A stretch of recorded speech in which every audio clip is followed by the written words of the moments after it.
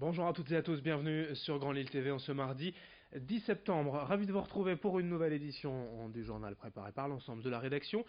Vous le savez, on démarre par vos prévisions météo avec du soleil, du ciel bleu aujourd'hui, une belle journée.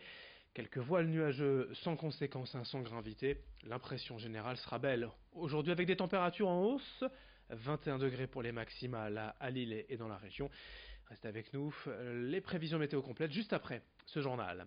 À la une, tout d'abord, le combat des femmes de policiers afin d'améliorer les conditions de travail de leurs maris engagés dans les forces de l'ordre. On le sait, on vous en parle régulièrement. Les policiers français sont soumis depuis plusieurs mois à d'intenses pressions, à d'importantes charges de travail et les chiffres ne cessent de grimper. Depuis le début de l'année, 83 policiers se sont suicidés en France, dont 7 dans la région. Une triste série qui inquiète évidemment les familles, les proches des agents. À Lille, les femmes de flics ont créé un collectif pour se faire entendre et demander plus de moyens au gouvernement, au ministère de l'Intérieur. Explication avec l'une d'entre elles au micro de Rémi Dermont.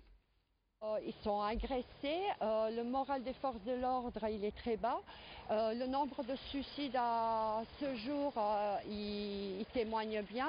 Au niveau de local ou régional, surtout on est en soutien au quotidien, c'est-à-dire ça peut aller de distribution des friandises pour le Pâques, pour Noël, dans les commissariats, sur le terrain.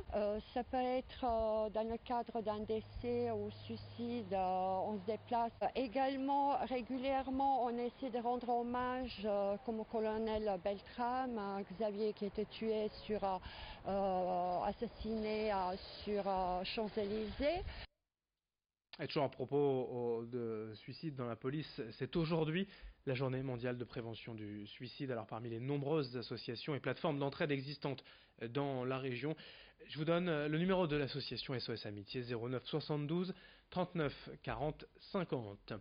La police, on en parle encore, mais en action cette fois, suite à des demandes répétées de riverains et dans le cadre de l'opération sécurité du quotidien.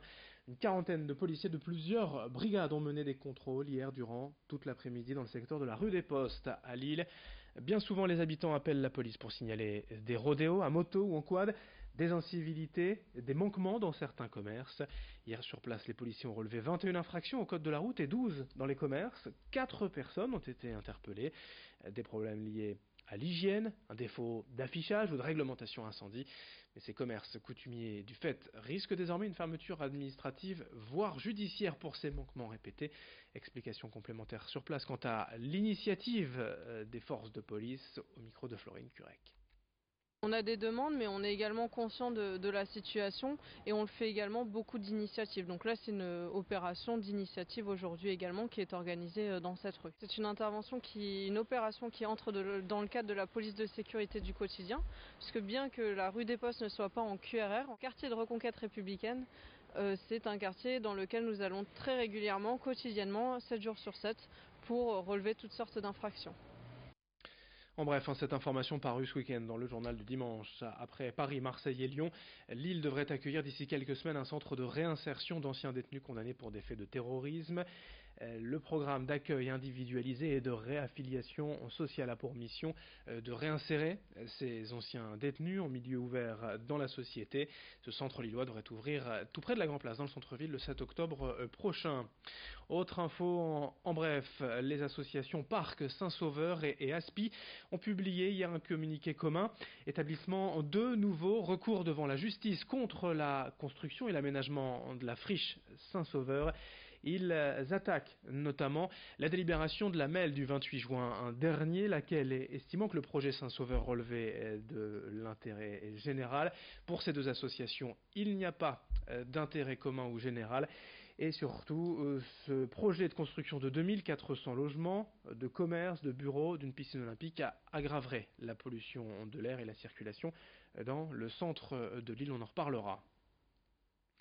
Dans cette édition, également, une info en bref, aussi pour vous annoncer, le salon recrute dès demain à Lille Grand Palais toute la journée des dizaines de recruteurs et d'entreprises présentes avec des offres d'emploi concrètes en CDI, en CDD ou en intérim. Demain dès 9h30 toute la journée à Lille Grand Palais. Dans le reste de cette édition également, une bonne information pour les gourmands et amateurs de bons plans. L'opération Tous au restaurant est de retour pour sa 10e édition du 30 septembre au 13 octobre. 1800 restaurants vous offrent un menu gratuit pour un menu acheté. La promesse des restaurateurs est simple, votre invité est notre invité. En somme, vous bénéficiez d'une réduction de 50% sur l'addition. Parmi ces 1800 établissements, il y a 110 étoilés au guide Michelin, des tables d'exception et des bistrots contemporains avec de jeunes chefs talentueux et de cuisine de terroir. L'occasion de découvrir de nouvelles tables ou de s'offrir un restaurant gastronomique à moindre coût. Explication au micro de Florine Curec. Cette année, pour fêter l'édition, beaucoup d'animations vont avoir lieu partout en France, sous forme de fêtes, sous forme d'événements. Donc on a un événement à Paris avec la complicité de chefs dans des cooking démonstrations au Frigo de Paris.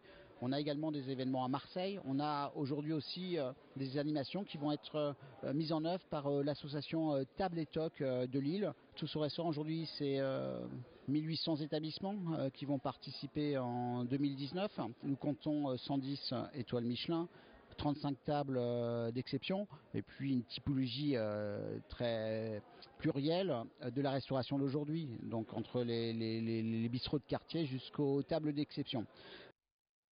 Et puis on parle musique pour finir avec le festival européen de découverte musicale Crossroads à Roubaix dès demain jusqu'à vendredi. Depuis 2016, ce festival met en avant les musiques actuelles de la région en invitant aussi des groupes français et internationaux.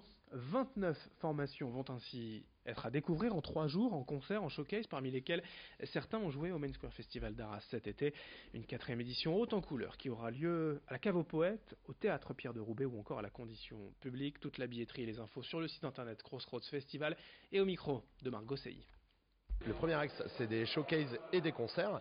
Quand on parle de showcase, c'est des concerts de format court, 30 minutes, pour découvrir un maximum d'artistes. Il y a 29 groupes qui vont se produire cette année, 13 groupes des Hauts-de-France, 9 groupes de hors région, mais français, 4 groupes belges, 2 groupes luxembourgeois et 1 groupe canadien. Et le but de ces showcases, c'est que ces artistes se produisent devant des professionnels du secteur musique actuelle, afin de, des fois, débloquer une rencontre et un partenariat futur dans leur développement de carrière en fait. Fin de cette édition à suivre dans un instant, dans une poignée de secondes, vos prévisions météo, avec de belles prévisions. Aujourd'hui du soleil globalement. A tout de suite pour la météo et dès le prochain quart d'heure, une nouvelle édition régionale.